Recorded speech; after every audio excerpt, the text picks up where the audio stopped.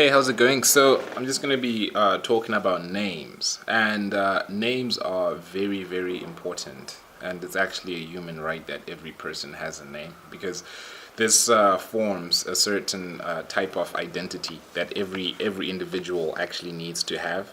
So, when you have a name, it's like you have something that you can refer to, something that actually attaches you to a certain idea, concept, or feeling. So this is actually going to link to this video that I have called "How to Listen," and the reason will be clear in a few seconds because a list is actually a list of names. So when you write down a list, what you're doing is writing down a group of names or a group of nouns. So every noun is actually a name, right? So whenever you are creating a list, you are creating a list of names.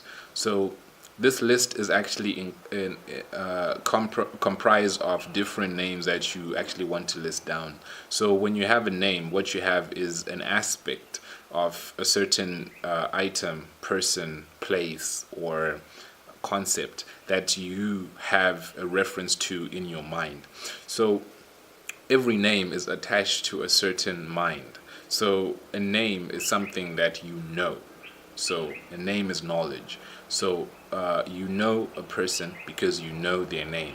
Or a name is something that's known, or it's something that is a noun, which is known. Name, known, noun. So the phonetic signatures are the same. So when you know the etymology of a name, then you know the process that is engaged whenever you have this frequency that you broadcast in the universe. It actually comes to that person and it actually affects that person in such a way. So you'd see that in the book of Genesis, that when people were giving birth to people, they would actually give them names that are attached to their purpose in life. For example, Adam means man. Actually, Adam means people. So Adam is people. So every people is Adam. So when you have Adam being the man, and then you have Eve being the woman, you have Adam, man, Eve, woman. You have Adam being odd, an odd number, he was 1. And then you have Eve being the second one, which is an even number, which is 2, which is the second person. So you have this correlation with all of the other names in the Bible. So now you have certain names like the name of God, which is I am that I am. And this name is what your name is because you always say, I am going to the store and I am going to do this and I am going to do that. So this is your name.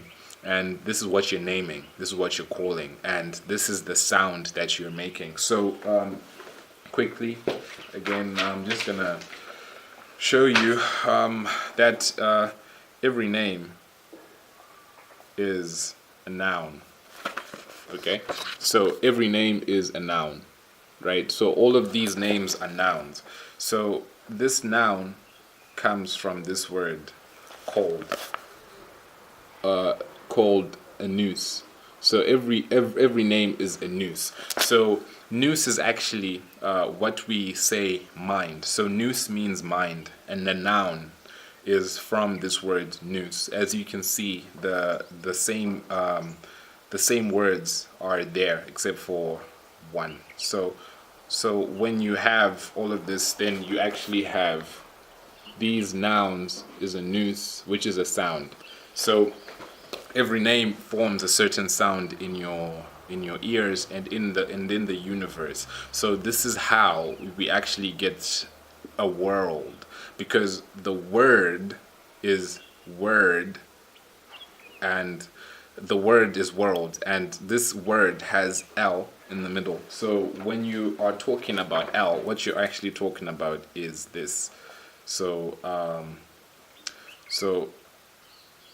so I was just talking about Adam and Eve and all of that stuff. So when you have L, you have this L and Elohim.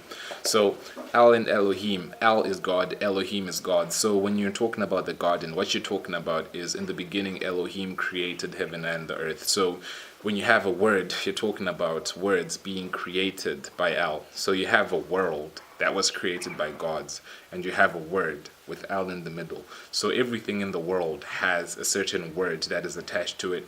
So knowing the etymology of words means that you actually have, knowing the etymology of names means that you actually have the words in your mind that are attached to a certain idea or concept.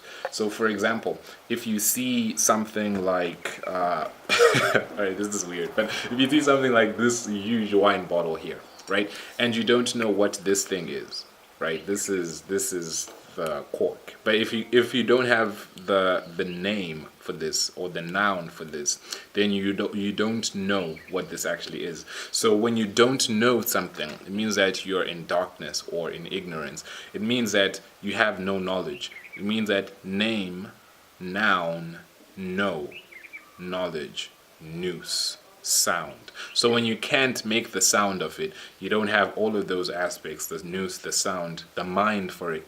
You don't have the mind for it. So when you don't have the mind for it, it means that you literally are in darkness, so you can't see it. So when you look around any place, and you don't know the word for something, then it means that you are in darkness. So if you have the mind for it, it means that you have the light for it. So you have this mind's eye. This is when Jesus is saying, wow, like your body is lit by a certain eye, and this eye, you didn't say eyes, this eye in your mind is where your whole body finds light. But how great is that light when that light is darkness? So you might be able to see certain things around you, but if you can't name them, if you can't give them their names, then it's actually that you're in the darkness, because you actually you actually don't see them. So I see the Bible as a book with so many entendres. So when he's actually opening the eyes of the blind, he is physically opening the eyes of the blind, but he's also spiritually opening the eyes of the blind. So when he was opening those eyes, he's actually opening the eyes of the things that they're supposed to be thinking, the eyes of the thing that they're supposed to know. Some things that you can see physically with your eyes, but you can't see spiritually. Even though they have eyes, they can't see. They have ears, but they can't hear. This is what he's talking about. So when he's opening their eyes, he's opening, even though the eyes are open, he's opening the eyes that can see but can't see, the ears, the deaf ears, right, that can hear but can't hear.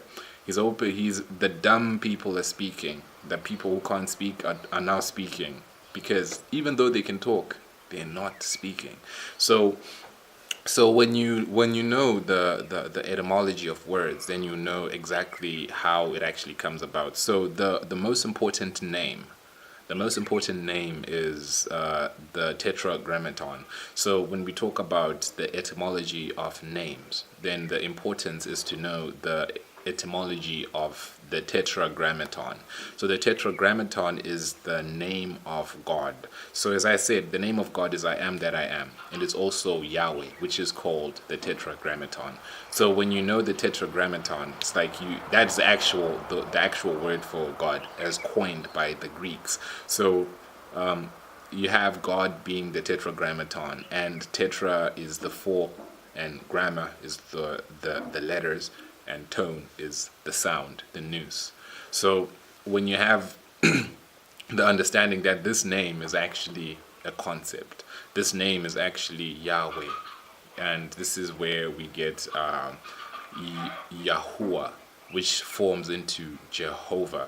So Yahuwah is the word of God, and this is how we actually say it, and this is how it actually applies. So when you are actually looking at every word, you're looking at the meaning of it, the power of it, and how it applies to you. So it's like when you call on God, he actually listens, because it is a noose. So this noose is actually something that ties to him, and he actually hears. And it also applies with the sound. The sound is the vibration or the frequency that you're on, your energy.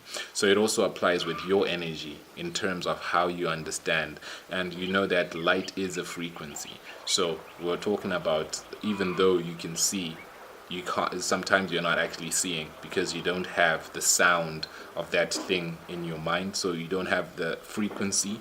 The frequency is the energy. So sometimes you have that availability, but then you don't have the frequency in terms of energy because of darkness. So in that darkness, it dampens, which means that it is a different darkness is a different frequency, and through that, it actually dominates. Darkness dominates in terms of you not having that frequency. So you're always going to find darkness there whenever there is no light, but as soon as you have that frequency, it actually is like a surge of electricity that makes the darkness scatter as soon as you have that power in you, which is light.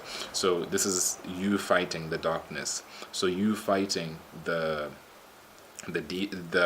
demons, the devils, evil, is you fighting the darkness through light. So this light is actually knowledge, know, name, noun.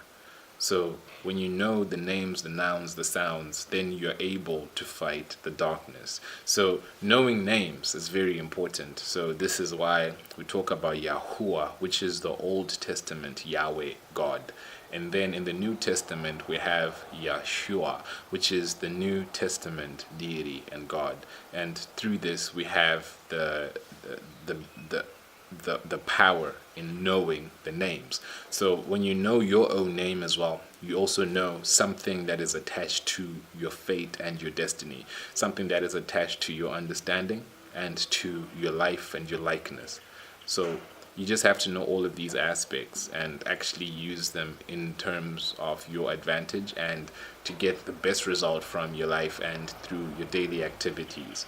So so names are completely important, and you have to find out what your name means and how it actually applies to you, and it's going to reveal certain information to you because of what it is. So you can also have something that you call yourself.